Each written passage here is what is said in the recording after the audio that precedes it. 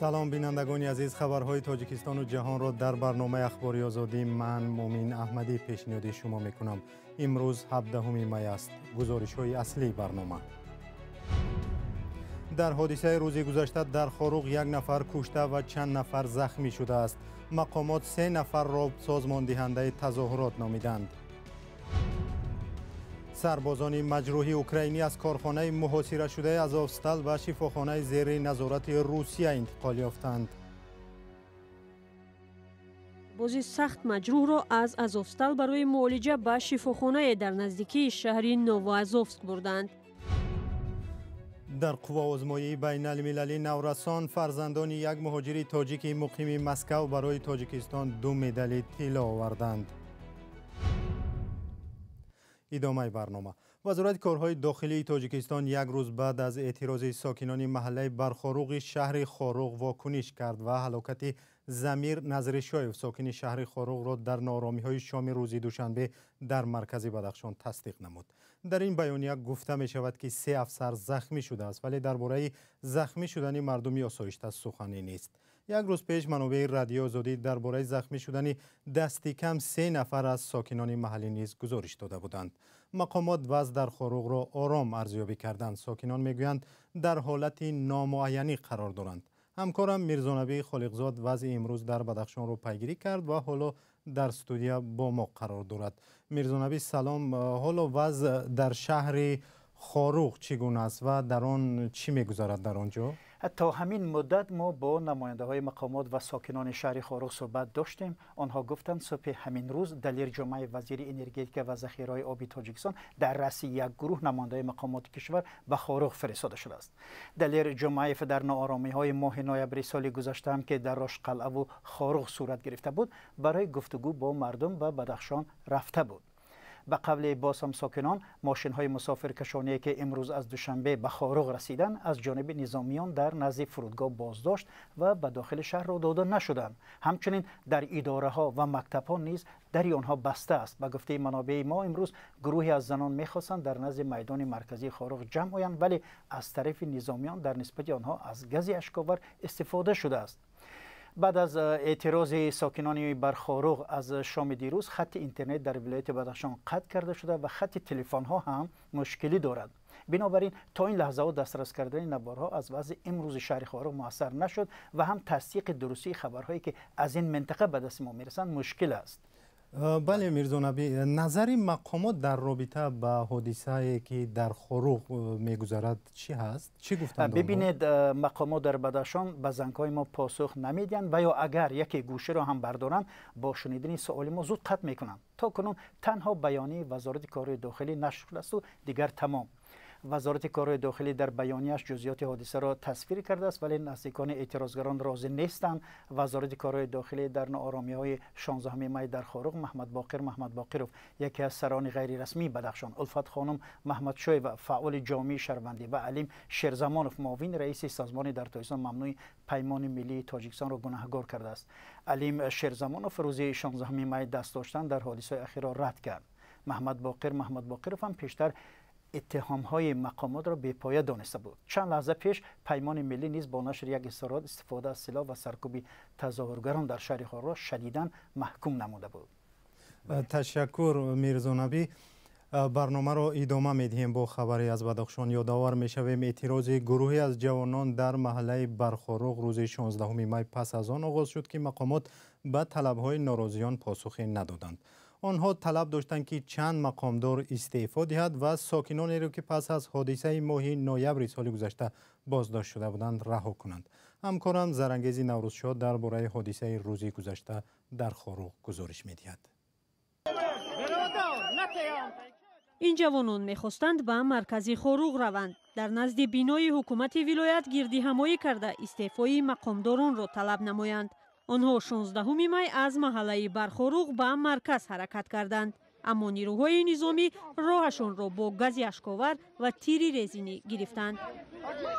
مقامات تنها بعد یک روز حادثه را تصدیق کردند و گفتند در این ناآرامی یک جوان کشته و 3 افسر زخمی شدند. اما ساکنان در خاروق از جراحت نزدیک به 10 ساکن عادی در این حادثه ها خبر می دهند.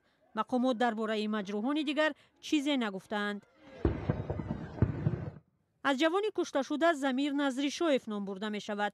او ساکن 30 ساله محله گولکین خوروغ است.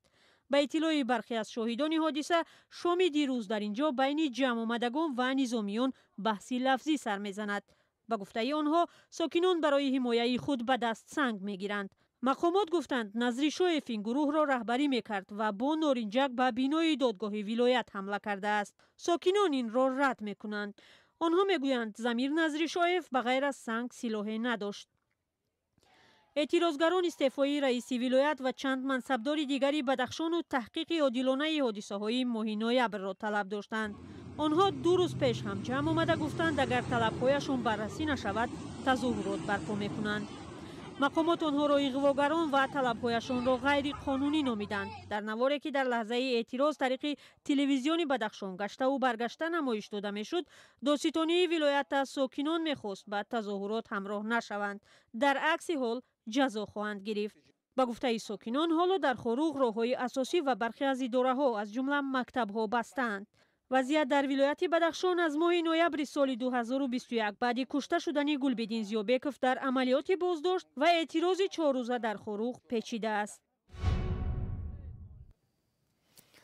حکومت طالبان تصدیق کرد که گذرگاه شیرخان بندر را در مرز با تاجیکستان بسته است. صبیح الله مجاهد سخنگوی حکومت طالبان به بخش افغانستانی رادیو آزادی گفته است تاجیکستان به هیچ کس اجازت نمی‌دهد که از خاک افغانستان حتی با داشتن اسناد قانونی وارد این کشور شود.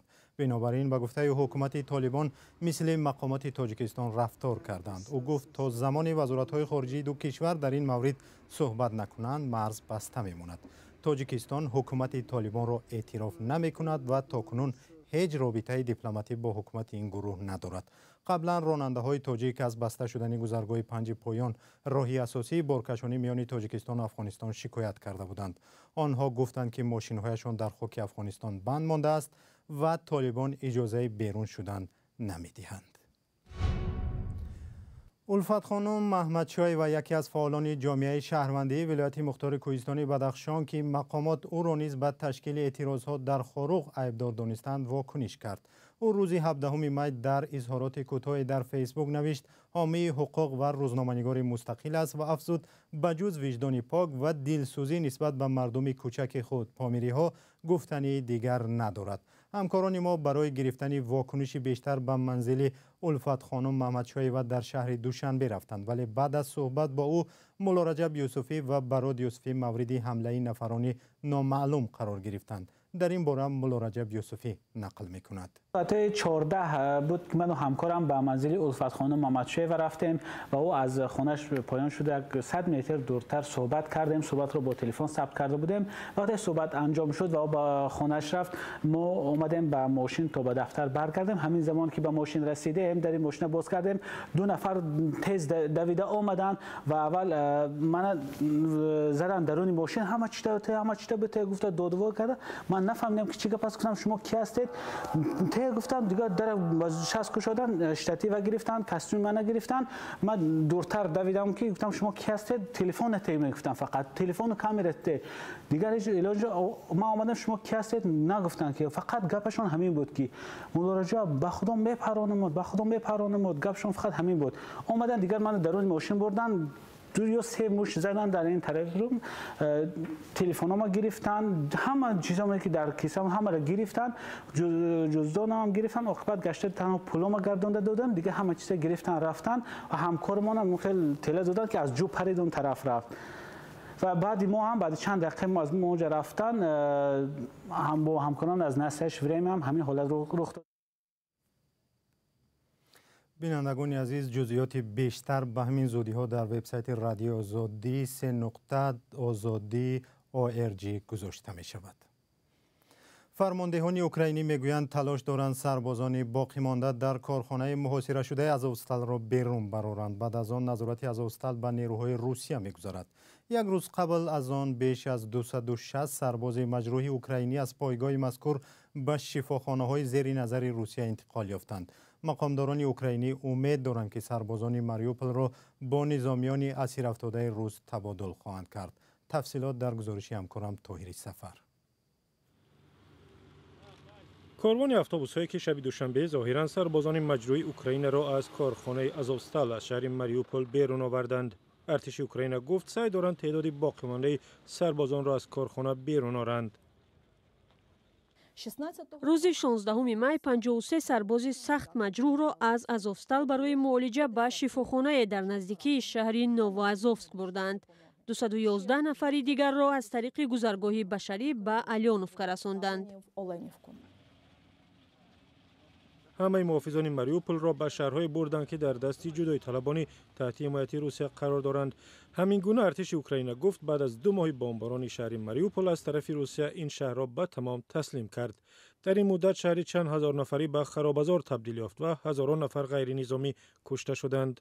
ولادیمیر زلنسکی رئیس جمهوری اوکراین محافظان ماریوپول را قهرمان نامید.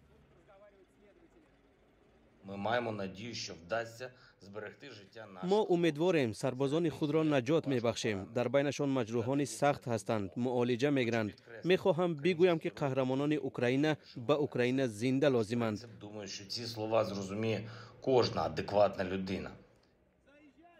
وزارت دفاع روسیه از این پیشتر اعلان کرد برای انتقال سربازان مجروح اوکراینی از آزوفستال موافقت کرده است. کیف گفته است سربازان اوکراینی را با سربازان اسیر افتاده روس عوض خواهد کرد. فرماندهان ارتش اوکراین میگویند محافظان آزوفستال با ایستادگی قاطع 20,000 سرباز روس را سرگرم جنگ نگه داشتند و امکان ندادند که روسیه دیگر قسمت‌های اوکراین را زود اشغال کند.